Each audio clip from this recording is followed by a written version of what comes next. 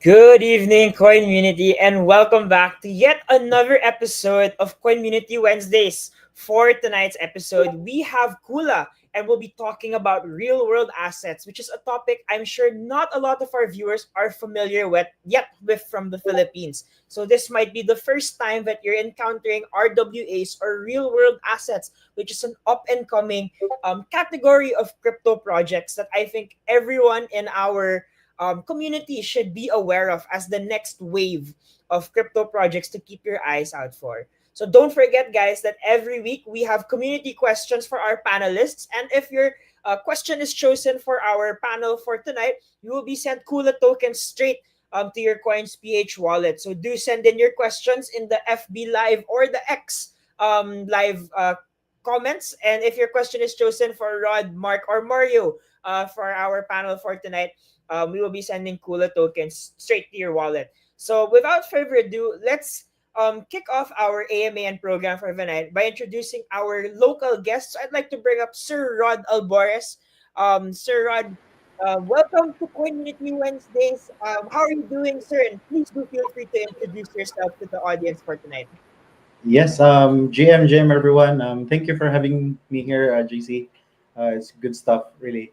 Um, by the way, my name is Rod Albores, CEO of Riviera Technologies Company and founder of RWAs. It's our pleasure to speak with you to have a transformative potential for RWAs, especially in the Philippines and beyond. And my journey in blockchain technology began simply by powerful realization while digital innovation was accelerating globally, many communities in emerging markets were left behind. So, what drives me to build the communities together with our co-founders for Revere Tech is to dedicate ourselves with creating blockchain solutions that address real world challenges faced by Filipinos every day. So yeah, Reverian, we create a lot of projects already. One of it is Ways to Earn, which we used for engaging waste management. At the same time, I'd like to promote a white label solution for lend and borrowing, which one of our pipeline projects for merging cooperative finance and traditional finance and decentralized technology together. So we will be using it for a white label solution. We call it Lendro. One of our colleagues also initiated the project. His name is Kent, Ryan, and Tise. So yeah, it's really centered on community-centered values. So yeah, I'm happy also to have Kola here, who's been really heavy on building decentralized initiatives through social impacts and providing a lot of utilizations in tokenization. So yeah, for me, that's all. I think there's a lot of you questions. Maybe later, I'll be happy to answer the best way I could somehow.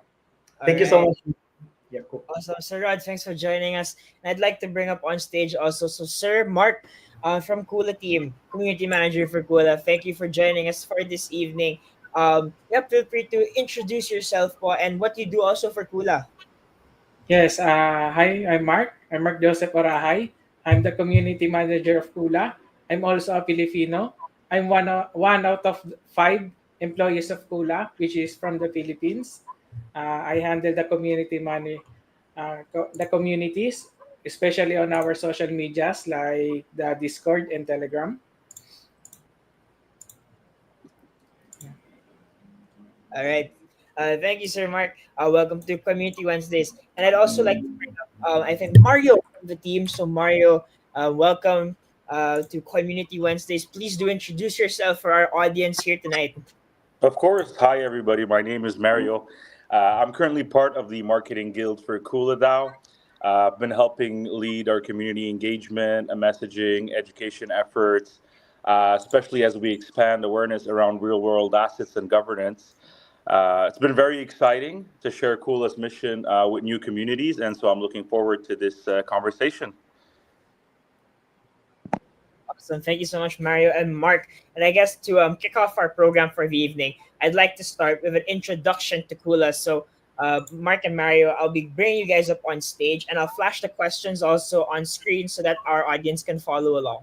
So, the first question Yeah, goes like this. So, for those who are hearing about Kula for the first time, can you explain what Kula is and what problem it aims to solve? So, Mark or Mario, who would want to take a stab or shot at this question? Yeah, Mario first. My pleasure, guys. Yeah, definitely. And so, to start off, we like to see Kula as a decentralized impact investment vehicle. We're innovating through a Web 2.5 governance platform that was designed actually to make real world assets investing, transparent, legally compliant, and community driven. So basically, the way we see it is that it's Kula solves two main problems. One is access, because many real world assets that have value, especially in third world countries, lack the capital to develop the assets around them, and so Kula actually steps into there and helps. And also the accountability. So most of the traditional systems now often centralize power to the people that are at the top, basically the investors, but forget, they don't really give a voice, or they forget about the local stakeholders, which are the people living around the real world assets on the land. And so these people are usually left without a voice. And that's where Kula DAO steps in, and we help solve these two pain points. Awesome. Mario, thank you so much. Mark, would you want to add to that as well? Yeah, Kula is a governance token, your voice in a treasury backed proposals, and how the decisions get made. Kula focuses on what matters, projects with real world impact, infrastructures that actually compliant, and a governance that gives people a say. Awesome. Mark, thank you. So I guess for our next question for the Kula team, so I'd like to ask you both. So what is decentralized impact investment, which is a big part of what you guys promote, and what are some of those assets that Kula also invests and puts a priority on? So Mario, maybe you can take a stab at this question first. Of course.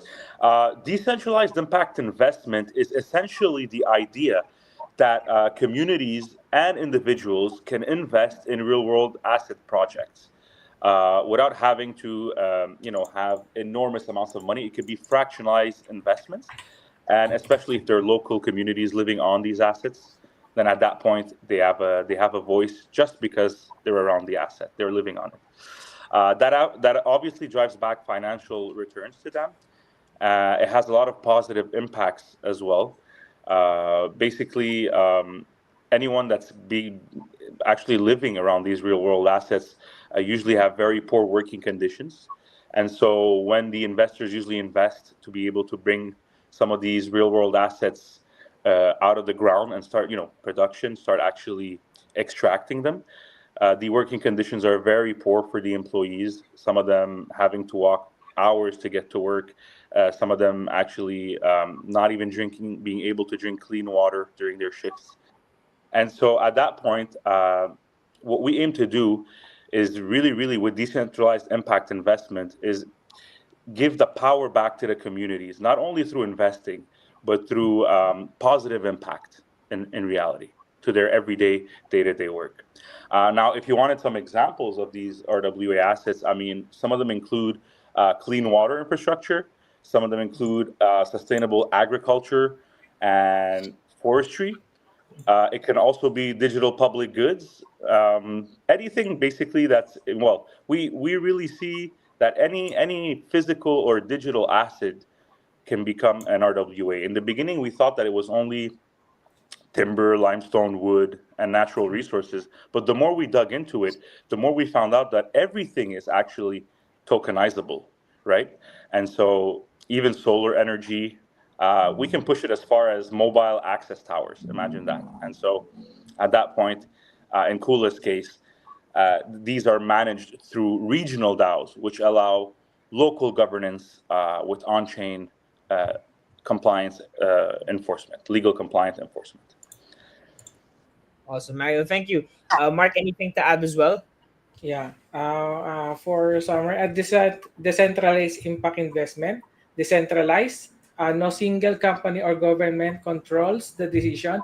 Instead, it's about the people giving voice using the blockchain technology like the O, which is the Kula, and impact investment, which is putting money into projects that do good, like clean energy, local farms, affordable housing, and generate some kind of return. So that's decentralized impact investment. All right. Well, thank you, Mark. I guess my next question for the team is this. So, why should everyday crypto users or investors care about real world assets or RWAs and Kula's role in the crypto space? Mario, maybe you can tell our community, like, why should they care about Of RWAs? course, that's a fairly good question because in reality, I mean, crypto is great for speculation, right? We see a lot of hype, we see a lot of projects without fundamentals, but real world assets are about stability and sustainability because these are actually physical assets that we're extracting from the ground and we're attaching a value to it through a token. Now, if we want to say in Kula's role, Kula gives everyday Kula token holders a chance to participate in how the real world capital is allocated to these real world assets and real world these regional DAOs. Excuse me. So basically, it's not just you're not just chasing a hype or price charts or pump and dumps. We're actually building an ecosystem where the holding the Kula token means you help really develop and govern something that's historically been limited to most people around these projects and RWA projects around the world uh, in the traditional sense, because usually before tokenization, banks would kind of limit governance of these projects, and so that's where Kula steps in to be helping. Awesome. Mario, thank you. Mark, anything else to add also? Why should everyday crypto users or even Filipinos also care about RWAs? Yeah, crypto users can invest in projects that matter, like the sustainable farming. On the Philippines, like in here, I live in Marikina. There are also mining or the timber projects, and but what Kula wants is the community have a voice on what to do, just like what happened in here, in the Philippines, right? Can I speak Tagalog? Yes, of Yeah. course. Go ahead. Dito sa atin sa Pilipinas, hindi natin may iwasan yung maraming, hindi natin sabi yung sa mga corrupt, yung mga iniisip lang nila yung mga sarili nila. Hindi nila iniisip yung mga Pilipinong nakatira dun sa lugar na yon. Pero sa Kula, yun ang number one na gustong gawin ng Kula. For example niyan, yung ginawa nila sa Zambia. Meron kami doon na limestone project, which tapos ang voice ng nakatira sa Zambia is magkaroon sila ng malinis na tubig. So yung Kula, ang una nilang ginawa doon is mag-hire sila na maghahanap ng well, which is kaya mag-provide ng tubig, at yun yung ginawa ng Kula. So yun yung kagandahan ng ginagawa ng Kula ngayon na wala sa iba, na inuuna muna nila yung profit nila bago yung tao. Yan. Okay, salamat, Mark. Yes, I think mas ma-appreciate din kasi ng mga tao yung nakasasagot ka din sa Tagalog. So, Mario, Mark, thank you, yes, for answering both in English and in Filipino. So, I guess for my next question, I'd like to ask Rod for his insights also. Since he's also building for RWAs and for the Philippines. So, I guess, Rod, your turn. I guess the first question I'd like to ask you is this. So, are there specific asset classes in the Philippines that you believe are ready to be tokenized and be brought on chain? Yes, of course. Actually, we've been tapping with a lot of agencies already. One of it is the LG local government in where I am right now, because they are establishing a digital token. The government wanted to create a token so that there is a tokenization for bus when they ride buses. In the Philippines, exactly, we are not really a smart city capable, but with because before I would like to delve into that, we will I would like to emphasize first that the local government is a localized DAO already in a perspective of politics, right? So they have their own city ordinance, they have their own It's a mix of centralization and decentralization in a perspective of local government. Uh, so that's why we trained them on how they can build their own projects in the blockchain space, so they can create a decentralized public services that it's not more about ayuda, but it's tokenization and how they can audit directly in the blockchain spectrum. So why does it matter? Why we build as Ways to Earn? Ways to Earn is one of the projects that we launched. Wherein we tokenized waste into something that is useful. We're existingly using junk shops already, diba? And then also we are using like there are like um, basura, but basura to cash, diba, something. But we don't necessarily do segregation. Where I live, we have a good waste management, and I would like to put that into perspective that with a proper platform wherein the Philippines can use, we can somehow expand its reach, probably with Kula, with here with the directives of similar to the directives of like a social impact, bringing investments into social impact. That narrative from a third world country can have a good perspective on a global scale. Number two is like I would like to emphasize more on MSMEs financing.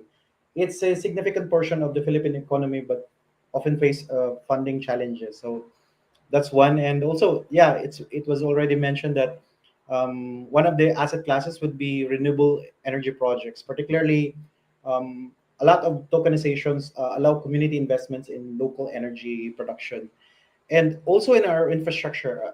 We can utilize this. And last but not the least, one of the assets is the cooperative assets. We have so much numbers of cooperatives already in the traditional TradFis, but there are limited portion of it that is doing into DeFi. When we marry those, it can have a good social impact to improve liquidity and access capital, especially for the Filipinos. Awesome. Yeah, I agree with that also. So I guess like you mentioned, waste and tokenizing waste and earning from it is also something that would be great for Filipinos since we generate a lot of waste. So I think that's an interesting use Exactly. case also of real world assets. So I guess another question I'd also have for you as a local builder is this. So what do you think are the biggest challenges or barriers for adopting real world assets here in the Philippines? Yeah, number one would be infrastructure gaps. We have an even internet connectivity, diba, and digital access across the Philippines, especially in the particularly in the rural areas.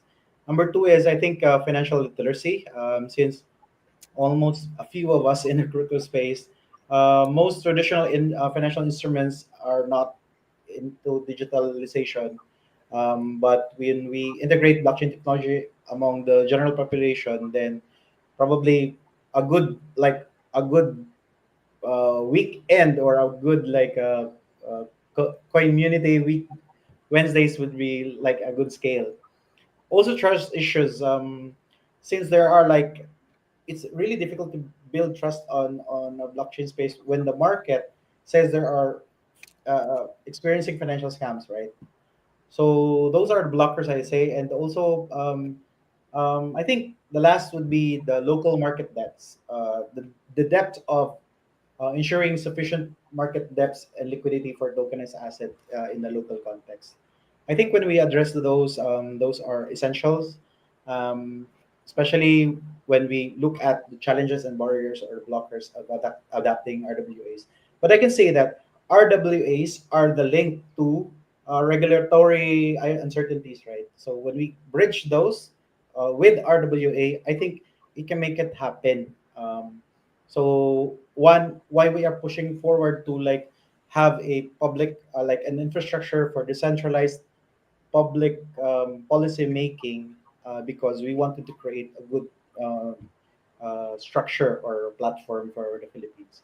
So it's a slow phase, since we need more minds to come in together, but we're looking forward that eventually somehow one of maybe next year we will launch a decentralized where people can make their own initiatives and propose it so that the constituents will have like an idea of or how and they will vote it together and the legislator will just be able to look for the ratings of which policies that they will be building that is favorable for the people not for their own pockets. So I think that's it. Awesome. Sir Rod, thank you so much.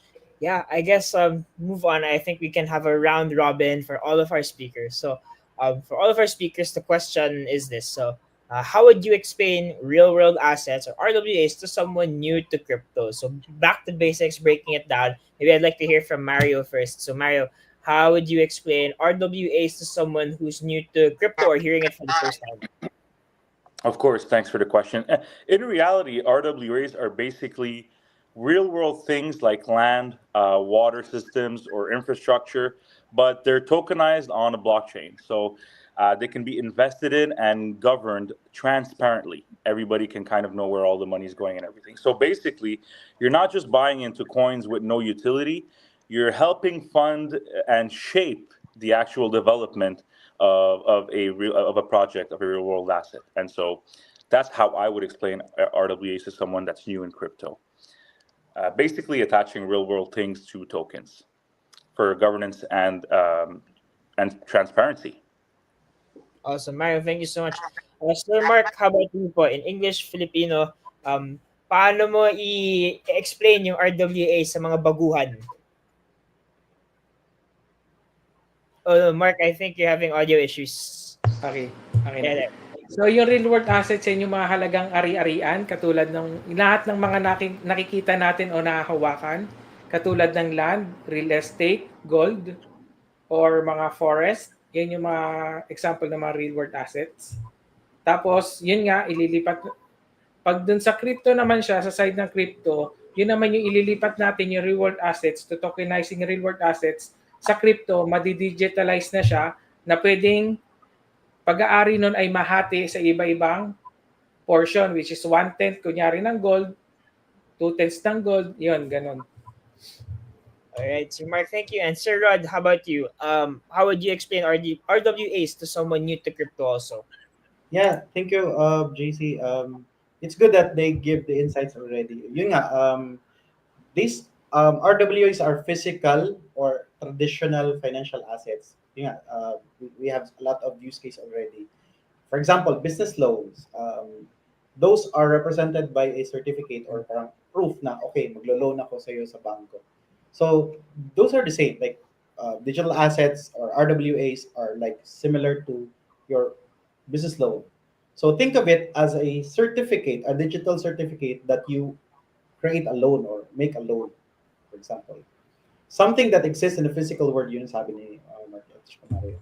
And then that can easily be bought, sold, or transferred without huge tedious na paperwork. So RWAs are similar to that. In yun lang, we put it in a digital perspective, and we use an audit so that we can trace and look back kung instead of, for example, buying an entire building, you could purchase a RWA token to represent the ownership of that building, diba? Something like that. All right. Thanks, Rod. I guess I'd like to ask one more question for our round robin. So I'll bring Mario back up on stage. And this one is so, how do you see RWAs changing the future of investing or financial access, especially in emerging markets? So just tie it back to what you said earlier, Mario. Yes, yes, of course. So in reality, RWAs, they kind of open the door to what we like to call fractionalized finance. So basically, where anyone around the world can actually invest in the development of the specific RWA in fractions, in small amounts, right? And it doesn't have to be just a large fund that's coming and actually, investing one time only and them alone. And so what that basically does as well is it gives local communities ownership. It gives also other investors, the ones that invested from across the world, transparency through the blockchain. They'll be able to track everything. And the developers developing on these RWA asset lands, it gives them accountability in the sense that everything is traceable and we can actually go and see where the money's going and how far are they in developing the land through blockchain again. And so with Kula DAO, we're kind of showing that it's possible to make the capital work for the communities as well, right? Because now local communities have a voice, not just the big investors. So in that sense, we're not just working for profit here for the big dogs, but we're trying to create a long-term value with local communities at heart. And so this is how we see that RWA can actually change the future by influencing everybody around it, including the local communities. All right, thank you, Mario. And, Sir Mark, I guess I'd like to ask you also. So, paano mo nakikita yung RWAs, no? Paano niya binabago yung kinabukasan ng investing at financial access, lalo na sa Pilipinas or sa mga ibang emerging markets din? Yeah. It's like me speaking in Tagalog with what Mario said. So, yung RWA, yan yung Maitas is the future siya na investment because uh, it represents na ito yung magbi-bridge ng gap between the traditional finance and the blockchain. Na which na yung tao is magkakaroon sila ng sariling magkakaroon sila ng sariling fraction noon. Kunwari, for example, itong bahay na to, hindi mo siya kayang bilhin ng ikaw lang. So, ang mangyayari nun, hahatiin nyo sa fraction na yon na meron ka dun, magiging value nun is mahahati nun sa, kunyari, 10 na magkakaroon ka rin ng kikitain para dun. So, ito yung nakikita ko na isa sa magandang nangyayari ngayon dahil sa internet, ngayon dahil sa Bitcoin, which is nagpo-progress na halos nalagpasan niya na yung mga ibang matataas na firm, which is lalo na naging ngayon na ang RWA is sinasabi nila na projection nila is meron silang 7.5 trillion na pwedeng pumasok sa RWA. Na ito ring RWA magkaroon siya ng inclusive, transparent, tsaka sustainable financial ecosystem because of the blockchain. So, hindi ka nila makakain madaya kasi makikita sa blockchain mismo na yung lahat ng mga transactions. Kaya yung kagandahan kapag na-tokenize yung mga RWAs. Alright. Sir Mark, salamat. And Sir Rod, how about you? Like, how do you see RWAs changing the future? I think, JC, yung dalawang factor lang, yung cross-border investment. Now, RWA can facilitate international investment galing sa labas into Philippine assets na gagamitin natin for our local communities, diba? For example, Filipinos. And a typical friction of cross-border transaction. At saka, yung second would be like transparent governance. Yung a decentralized policy pool at saka blockchain-based na public services. What we are doing currently at the local perspective sa local LGUs is that we give initiatives to demonstrate how RWAs can bring transparency in governance so that yung COA later on, they will be like looking at the blockchain transactions na, not on the documents kasi they just need an auditable na tracking, diba? So they will be looking now at soon at the transactions based on like Explorer na gagamitin nila on chain. Then I think I'd like to add what we work with cooperatives illustrates how RWAs bridge between traditional TradFi and DeFi, combining the strength of both. So we'll have a good like andun na may KYC na at the same time so sa TradFi, but it's now in the DeFi together kasi we can have yung parang proof nila na they are a member of this cooperative is part of the RWA's perspective. So I think that's how we can like give more financial inclusion at saka improve the liquidity of the Filipinos. All right, Sir Rod, thank you so much. And I guess now we can move on to some of our community questions. So I'll be choosing some questions from the Facebook Live, and if your question is chosen, you'll be winning some Kula tokens, and we'll send it straight to your coins.ph wallet. So I guess for our first community question, I like to take this one from um, this one. So maybe Mario or Mark, you can give your voices to this one. So Piola as well, they asked, so how does Kula choose and screen, like vet the candidate projects before the holders can vote on, which ones are ultimately, I guess, invested in? So maybe you can walk them through the process of how those projects are probably chosen, and maybe how the token holders also get involved, maybe with that selection process. So Mario, I'll bring you up on stage here. Yes, thanks. That's actually a great question. Before a regional DAO is ever brought to the community for voting, it goes through a screening and due diligence process, of course, managed by the core governance DAO team. And so, for those who don't know yet, Kula DAO is kind of governed by a double DAO structure. So the governance DAO is basically the coin and the token that we can actually buy on coins.ph, the ones that you're getting, that you will receive an airdrop for. And so this is what we call the governance DAO, which is responsible for overseeing the regional DAOs that we will be creating around the world, right? Depending on the real world asset. And so we will be obviously screening them with due diligence. There's an initial evaluation. Project is assessed for regulatory compliance, potential impact, obviously also to see if it's actually ready to be worked upon. We make sure that the proposal involves local stakeholders at that point and has a plan for community equity. And then there's also the legal structure that has to be validated. So the regional DAO has to integrate both smart contracts and enforceable legal agreements at that point. And yeah, in that sense, we kind of review and try to see if it's actually we're able to kind of work on the long term with this RWA before actually bringing it on to one of our regional DAOs. So only after all these kind of tasks are complete do we open up for token holders to vote and decide whether to allocate the treasury capital to that regional DAO. Hope that answers. Awesome. Thank you, Mario. Mark, anything to add also to Mario's answer? Wala na, mas ano niya yun, may expertise niya yun. All right. Okay. Gotcha.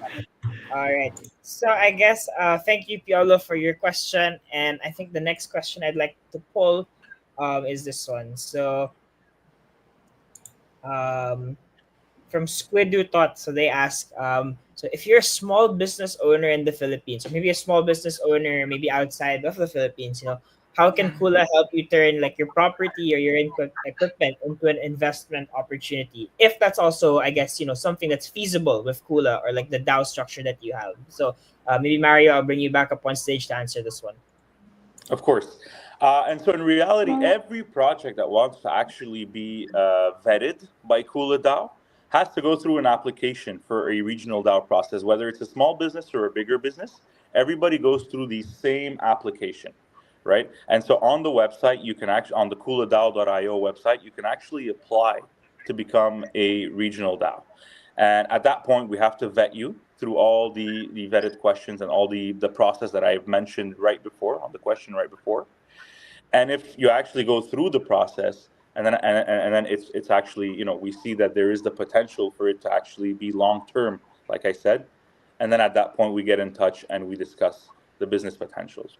What that does, and I just want to make it clear, that what that does is that we give the community the final say, okay? But we make sure that every project is well vetted before doing so, right?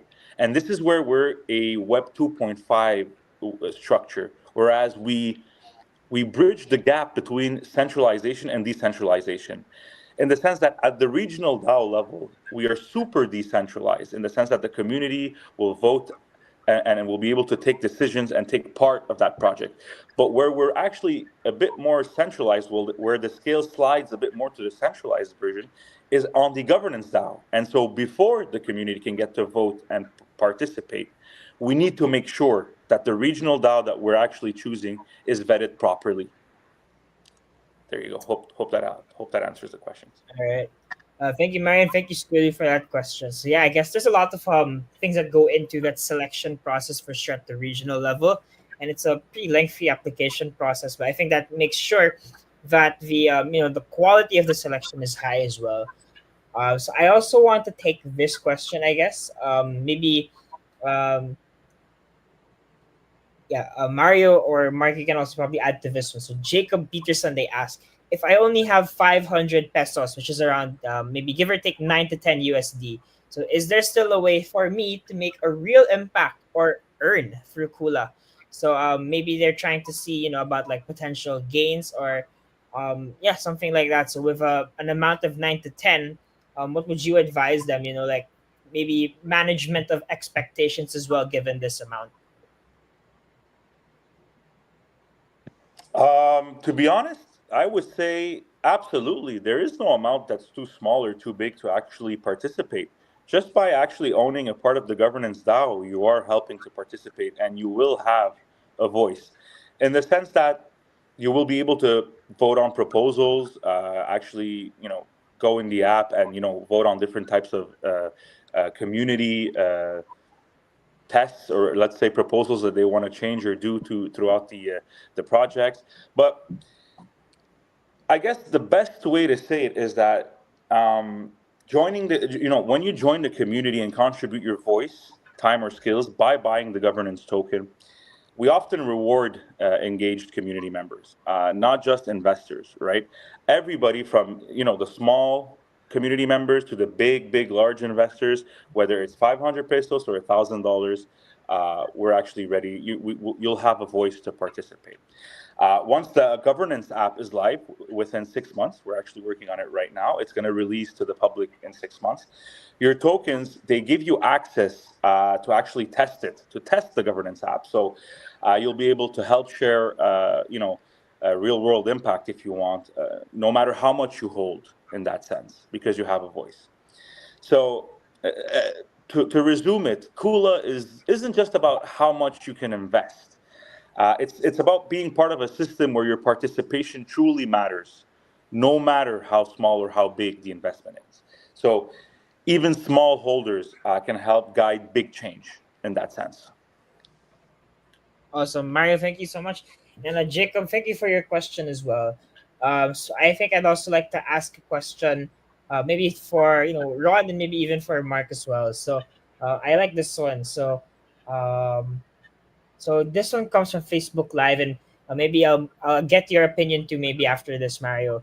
But maybe I'll ask Rod. So I'll bring you back here up on stage, Sir Rod. So Jimmy Mirabuna, they ask, what's one thing you wish every crypto beginner knew before investing in RWAs or real world assets for crypto? Oh, yeah. So first is you need to join a community. Why? Because your financial literacy will like explode in an epic scale when you join a community and you become part of it. uh, Before investing, you should learn first. Like saying, learn before you earn, right? So if you're really into it for earning and then investing from your investment, you need to learn first, and then next is the platform that is available right now. We have a lot of Web3 community, crypto communities in the Philippines that you can join and listen to. It's not uh, about putting money instantly on cryptos that will make you rich over a day. But it does make sense when you understand the technology first and how you can navigate yourself into it. So I think that's one of the best way. Now RWA is a good sense for you to start your venture in becoming a financially literate in that sense. Yep. All right, Sir Rod, thank you. Sir Mark, gusto mo ba din dumagdag dito for maybe your own opinion also? Yeah, gusto ko lang idagdag na yung hindi lang para sa RWA pero para do sa buong crypto space. Share ko lang yung bago ako nag-start noon mag-crypto. No pa ano yung pandemic pa. Kasi 'di ba sa atin mahirap mag-earn ng pera ng mga panahon na yun. So, kailangan natin gumawa ng paraan kung paano tayo kikita na ng nasa screen o nakaupo. Yun yung nakita ko isang ano is yung mag-invest sa crypto. Which is, ang una kong naging ginawa is mag-research muna. Halos 3 months muna ako nag-research ano yung crypto, ano yung blockchain, ano yung mga RWA, ano ba yung mga kayang ibigay noon, bakit ba nagbo-boom yung Bitcoin. yung Ethereum, yan, yung mga ganyang bagay. Tapos, after ko pag-aralan yon gamit yung mga platform na social media, like yung Twitter, which is yung X na ngayon, then yung Telegram is, una akong nag-invest gamit yung coins.ph. Yun yung una-una kong ginamit. Ang una kong binili ata is yung basta yung nasa top 10 yun na token. Then after nun, habang natututo ako noon, dinadagdagan ko yung knowledge ko na ano pa ba yung mga pwede kong investan na mga projects. Dahil doon ko nalaman niya yung bago ako napasok sa Kula, yan nga yun, na nabasa ko nga yan yung mga real world assets, yan, tsaka na ako nagkaroon ng mga bago tayo mag-invest, kailangan muna natin pag-aralan yung papasukin natin. Huwag lang tayo nadadaan sa hype. Katulad ng dati na dahil sinabi lang ni Jessica Soho na yung alam niyo na yon. Tapos nagkaroon ng pagbagsak na maraming taong nadamay. Is kaya yun ang una natin gagawin is pag-aralan natin siya. Agreed. Yes, learn it muna before you want to earn from it. So Mark, thank you. I guess Mario, I'd also like to ask you, maybe for our community members as well, what's one thing you wish the beginners knew before investing in real world assets? That's a great question. If I could pick one thing that I would like beginners to know before investing in real world assets, is that um, unlike meme coins or hype projects, real world assets involve people, communities, local communities, and so before investing into it, you have to ask yourself: is this real world asset solving a real world problem? Is this project structured to last legally, financially, operationally? Does the governance of this project make sense? Um, Real world assets are not about fast profits. Okay, they're about long term value. So it takes a bit of time. If more beginners understood that investing in RWAs is more like planting a tree rather than flipping a coin, we'd have a healthier, stronger space for everyone. And so that's my advice to a beginner. Awesome.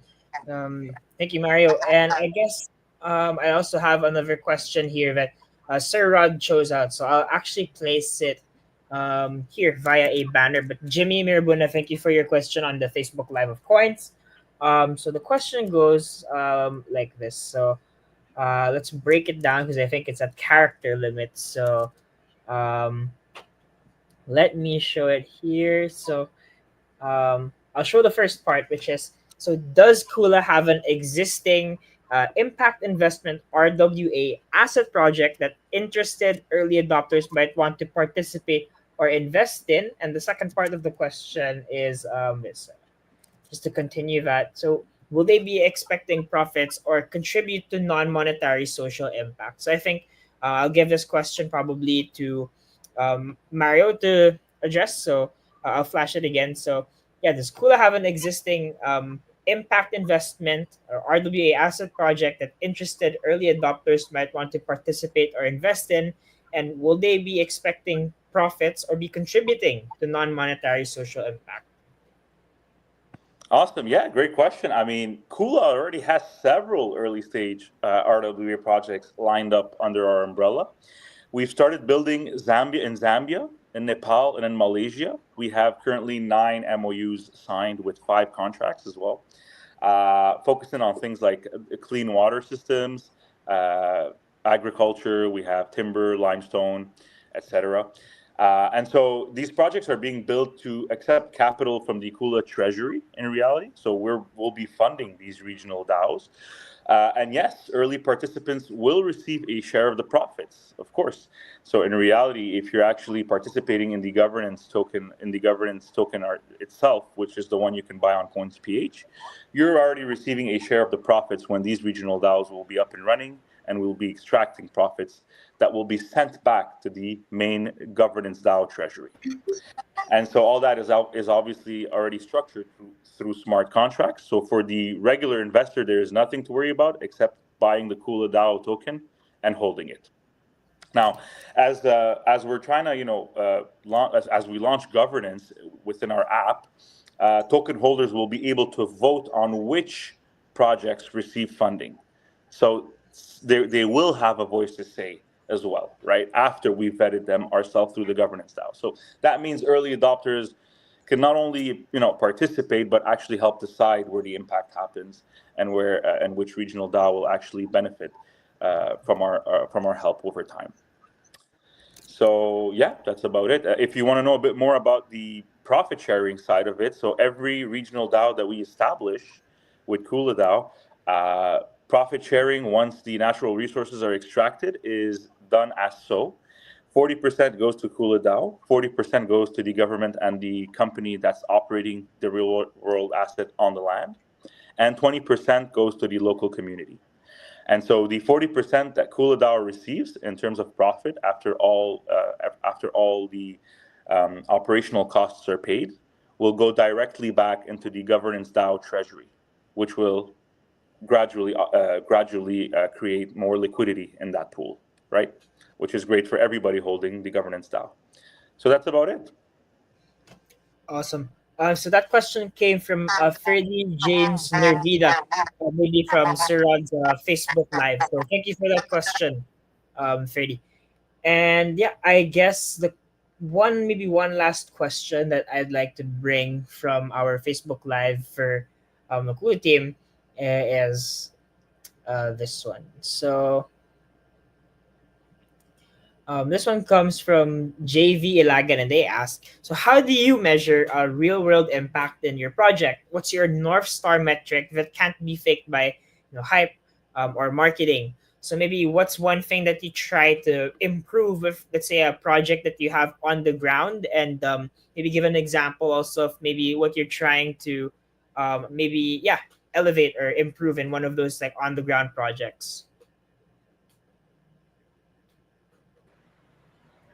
So, how do you measure the real world impact in your project? What's your North Star metric that can't be faked by hype numbers or marketing? Well, in reality, it's a good question. If I can think of it and answer quickly, okay, I would say that at Coolidao, our North Star metric is how much capital reaches communities. Okay, because that's what blockchain does. It gives transparency, and so in a lot of traditional investment vehicles, which are traditional companies that invest in real world assets, a lot of times we would see that the funding they would receive would start from the top, and once it gets to companies the companies to start operating and actually bringing these real world assets off the ground, whatever was given in funding was not what they received. A lot of money is lost in between, and we're not able to track it for some reason, right?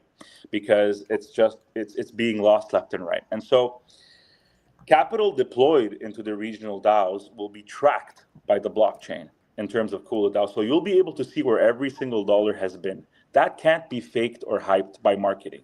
Okay, everything is super transparent on the blockchain, and you will see where every dollar is actually going.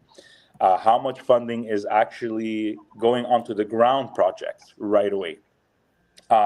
In terms of community equity and participation, I'd say we measure how many locals are receiving ownerships and voting rights, not just the outsiders, right, which is the investors.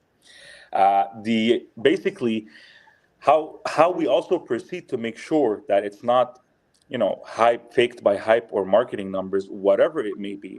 We have audited outcomes. Projects are kind of paired with both the on-chain transparency that blockchain brings, but also off-chain legal compliance. So we have to be audited in a sense to be able to track our progress and returns. And then to be honest, for us, if we're able to kind of combine impact, transparency, blockchain transparency, and funding together, that's where the results can't be faked anymore. That's where hype and marketing numbers and fake numbers cannot be given to the community, because everything is tracked and is visible for the world to see at all times. There we go. Awesome. Thank you for that explanation, Mario. And JV, thank you also for that question.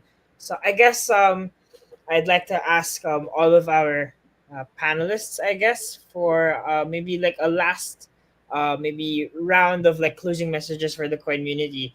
So Mario, Mark, and Sir Rod, thank you so much for your time on this discussion about real world assets. I think it's been an informative one for a lot of our community members, since this might be the first time that they're hearing about RWAs and fractional investment, and community equity was something also I picked up on earlier.